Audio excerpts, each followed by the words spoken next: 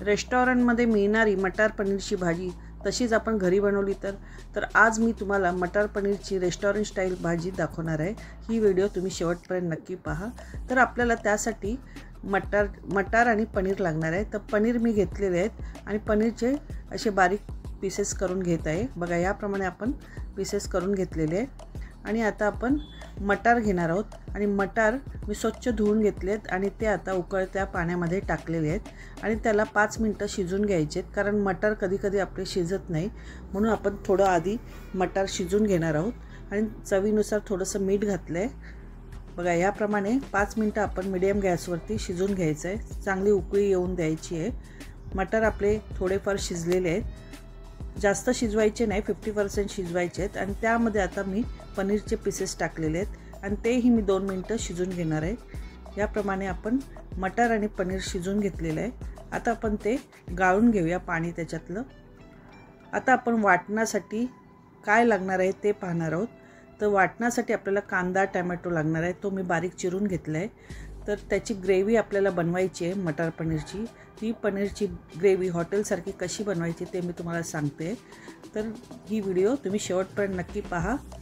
तर कांदा आणि टोमॅटो मी कापून घेतलेले आहेत। 2 कांदे घेतलेत, 3 टोमॅटो घेतलेत आणि ते बारीक चिरून घेतलेले आहेत। बघा याप्रमाणे आपण कांदा टोमॅटो बारीक चिरून घेतलेला आहे। आता त्यामध्ये आपण कोथिंबीरच्या दांड्या टाकणार आहोत। याप्रमाणे आपण 2 चमचे कोथिंबीरच्या दांड्या घेतल्यात आणि 6-7 काजू घेतलेत, 2 हिरव्या मिरच्या घेतल्यात। आता एका कढईमध्ये मोठा चमचा तेल घालून घेतलेलं आहे, त्यामध्ये कांदे मी परतून घेणार आहे।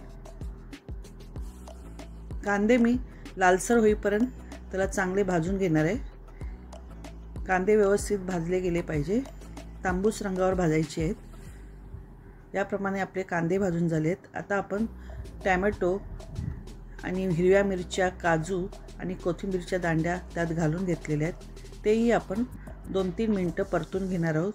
गॅसची फ्लेम मिडियमच ठेवायची आहे। आणि लाल तिखट मिरच्या टाकल्यात, त्यांनी टोमॅटोने लाल मिरच्यानी रेस्टॉरंटसारखी लाल कलरची ग्रेव्ही तयार होईल। बघा याप्रमाणे आपले टोमॅटो कांदा भाजून झालेला आहे। आता आपण थंड झाल्यावरती मिक्सरला लावून घेणार आहोत आणि त्याची बारीक पेस्ट तयार करून घ्यायची आहे। बघा याप्रमाणे आपण सर्व मिक्सरला लावून घेतलेलं आहे। आता आपण त्याच कढईमध्ये अमूल बटर किंवा तूप घालून घ्या 1 चमचा आणि त्यामध्ये आपल्याला आता फोडणी घालायची आहे। तर मी लवंग, काळी मिरी आणि दालचिनी, 3-4 लवंग, 3-4 काळी मिरी आणि 2 तुकडे दालचिनीचे आणि जिरं आणि तेजपत्ता टाकून त्याला चांगलं लालसर असं भाजून घेतलेलं आहे। आणि आता मटार आणि पनीर त्यावर परतून घेत आहे।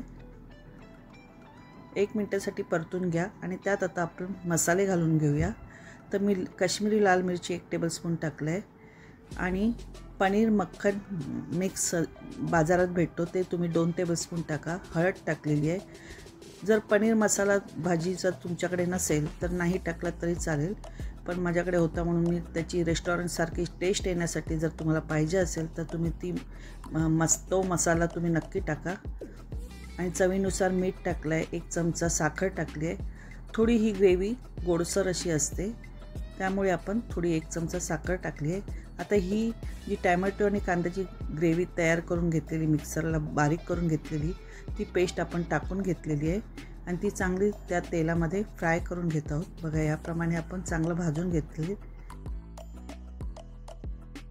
आणि आता आपल्याला त्याच्यामध्ये 1 कप पाणी घालून घ्यायचं आहे आणि व्यवस्थित भाजी मिक्स करून 10 मिनिटासाठी आपण स्लो गॅसवरती ही उकळत ठेवायची आहे।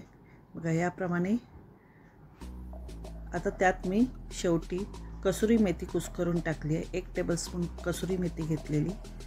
आणि आता 10 मिनिटासाठी आपण स्लो गॅसवरती ही पनीर आणि मटारची भाजी ठेवली होती, ती होत आली आहे। याप्रमाणे आपली रेस्टॉरंट स्टाईल मटार पनीरची भाजी तयार झालेली आहे। अशीच भाजी तुम्हीही करून बघा, नक्कीच तुम्हाला आवडेल। तुम्हाला जर ही रेसिपी आवडली असेल तर प्लीज मला लाईक, शेअर, सबस्क्राईब करा। नमस्कार।